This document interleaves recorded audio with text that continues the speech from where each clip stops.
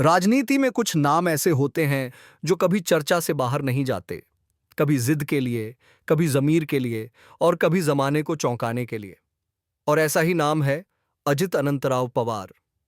एक नजर महाराष्ट्र पर में आपका स्वागत है, जहां आज हम बात कर रहे हैं महाराष्ट्र की राजनीति के सबसे सक्रिय, सबसे तेज और सबसे चौंकाने वाले खिलाड़ी की। अजित पवार, जन्म 22 जुलाई 1968, बारामती, पुणे। राजनीति इनके खून में थी, क्योंकि वो हैं शरद पवार के भतीजे।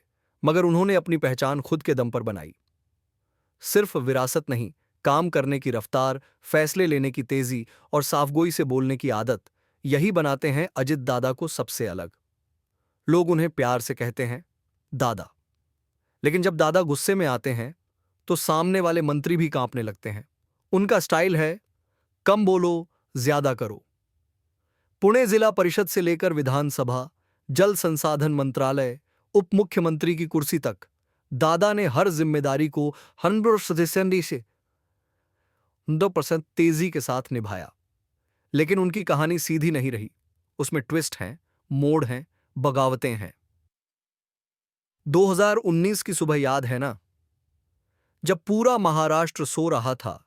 दादा बीजेपी के साथ सरकार बनाकर सुबह 7 बजे शपथ ले चुके थे।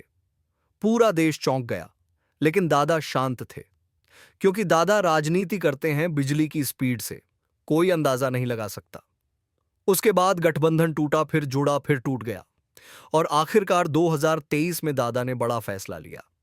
शरद पवार को छोड़कर राष्ट्रीय कांग्रेस पार्टी को ही तोड़ डाला और शिंदे फडणवीस सरकार में दोबारा उप मुख्यमंत्री बने। अब लोग कहते हैं दादा अवसरवादी हैं, कोई कहता वो सत्ता के भूखे हैं।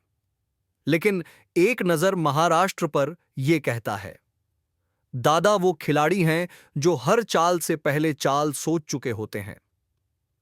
उनकी पकड़ सिर्फ राजनीति तक नहीं, बल्कि बारामती के लोगों के दिलों पर भी है। शिक्षा, सड़कों, सिंचाई, इंडस्ट्री, जहां दादा की नजर जाती है वहां प्रगति आ ही जाती है। दादा विवादों में रहे, सिंचाई घोटाले से लेकर बगावत तक, लेकिन हर बार उन्होंने काम और परिणाम से खुद को साबित किया।